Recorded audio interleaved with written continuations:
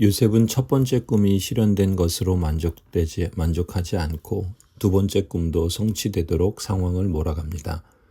그러려면 형들이 동생 베냐민을 데리고 올 수밖에 없지요. 이렇게 행동하는 의도가 과연 요셉이 형들에게 안갚음하려는 뜻일까요? 요셉은 형제들 가운데 한 사람만 이집트에 갇혀 있고 나머지는 곡식을 가지고 돌아가서 막내 동생 베냐민을 데리고 다시 오라고 제안합니다. 그러자 형들은 이 일을 20여 년 전에 있었던 일과 연관시켜 생각합니다. 21절 그들이 서로 말하였다. 그렇다. 아우의 일로 벌을 받는 것이 분명하다. 아우가 우리에게 살려달라고 애원할 때 그가 그렇게 괴로워하는 것을 보면서도 우리가 아우의 애원을 들어주지 않은 것 때문에 우리가 이제 이런 괴로움을 당하는구나. 10년이면 강산이 변한다고 강산이 변해도 두 번이나 변하고도 남을 시간이 흘렀음에도 형들의 마음은 늘 아우 요셉에게 했던 일에 대한 죄책감에 사로잡혀 살았던 것이 분명합니다. 22절의 장남인 루벤은 아마도 장남이라는 책임감 때문에 더 죄책감이 컸던 것 같습니다. 그래서 그 마음의 짐을 다른 형제들의 탓으로 떠넘기며 자기 방어를 합니다. 루벤이 그들에게 대답하였다. 그러기에 내가 그 아이에게 못할 짓을 하는 죄를 짓지 말자고 하지 않더냐. 그런데도 너희는 나의 말을 들은 채도 하지 않았다. 이제 우리가 그 아이의 핏값을 치르게 되었다. 그런데 정작 형제들이 보는 앞에서 동생 시므온이 볼모로 잡혀 끈으로 묶이는데도 정작 아무런 행동을 루벤 하지 않죠. 10명의 형제들은 또한 그동안 죄책감에 사로잡혀 서로를 탓하기만 했지 누구 하나 책임있게 행동할 만큼 건강한 삶을 살아오지 못한 것으로 보입니다. 사람은 누구나 죄를 지을 수 있지요. 하나님을 믿는 언약 백성도 마찬가지입니다. 가족이나 교인들 사이에 벌어진 일로 인해 관계가 깨어질 때도 있습니다.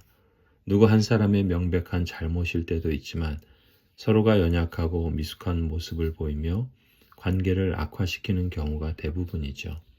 이런 상황에서 건강한 삶과 관계를 원한다면 누가 되었든 책임있게 행동해야 할 텐데 그렇지 않고 덮어두고 지나면 시간이 지나서 해결되는 것이 아니라 오히려 상처가 곪듯이 더 악화되기 쉬운 것 같습니다.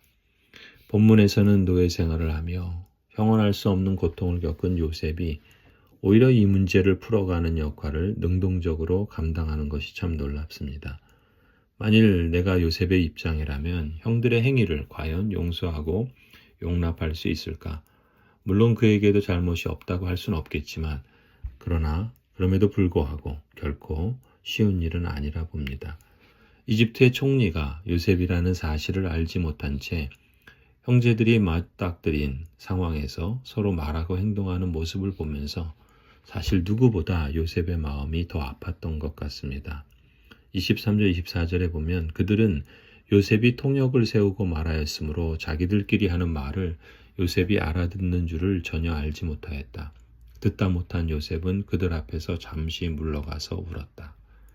지난 날들이 떠올라 요셉의 감정이 북받쳤던 것 같습니다.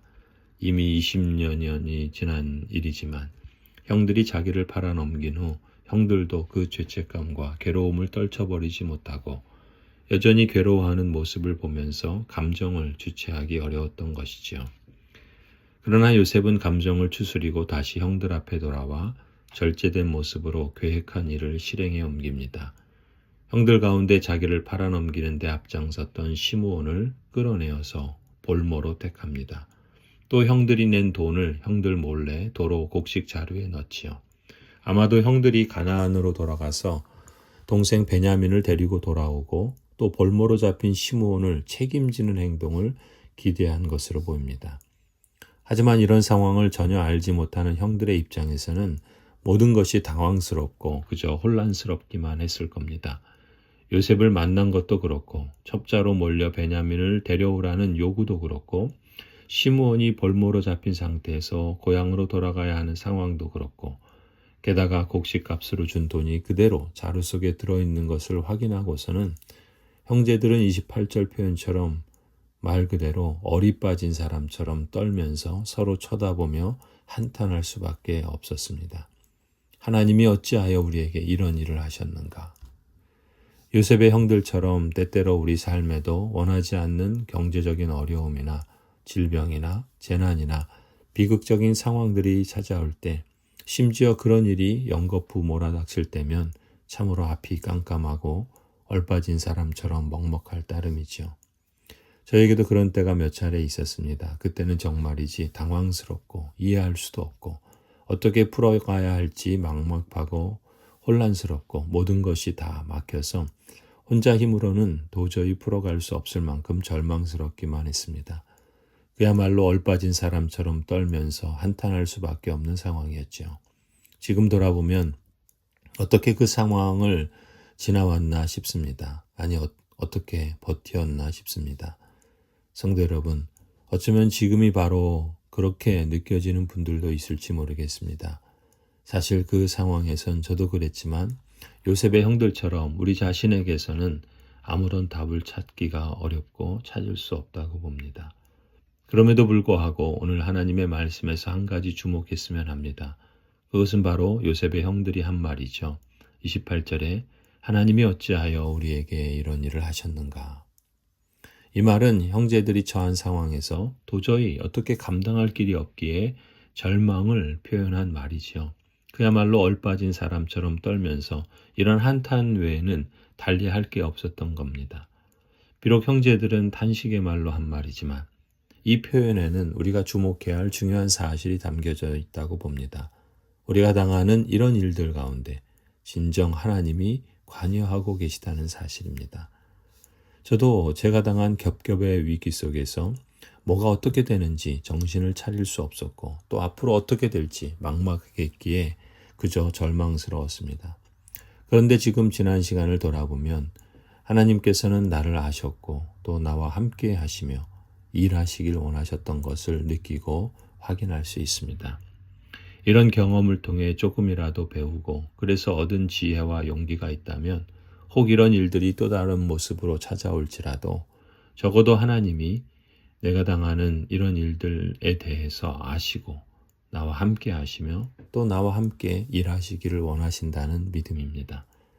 어쩌면 요셉은 자신이 겪은 지난 20여 년의 굴곡진 삶의 여정을 통해서 어쩌면 형들보다 더 실제적으로 하나님을 만나고 하나님의 일하심과 역사하심을 앞서 경험하고 신뢰하는 법을 배웠다고 봅니다. 그것을 알고 신뢰하기에 지금 형들도 과거의 죄책감에서 자유케 되고 여전히 남의 탓을 하며 후회하는 말만 할 뿐 행동하지 않는 모습을 안타깝게 여기면서 자신이 계획한 일들을 통해 책임 있는 행동을 보여주기를 기대했을 법합니다. 성도 여러분, 가급적이면 우리의 삶에 하나님께서 어찌하여 우리에게 이러는 일을 하셨는가 단식할 만한 일들이 없었으면 좋겠습니다.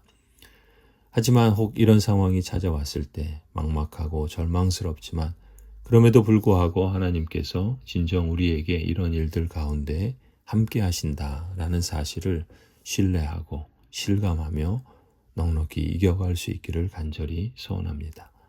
임마누엘의 하나님, 여호와 이레의 하나님, 그 하나님의 평강이 참으로 여러분 모두를 지켜주시기를 간절히 기원합니다.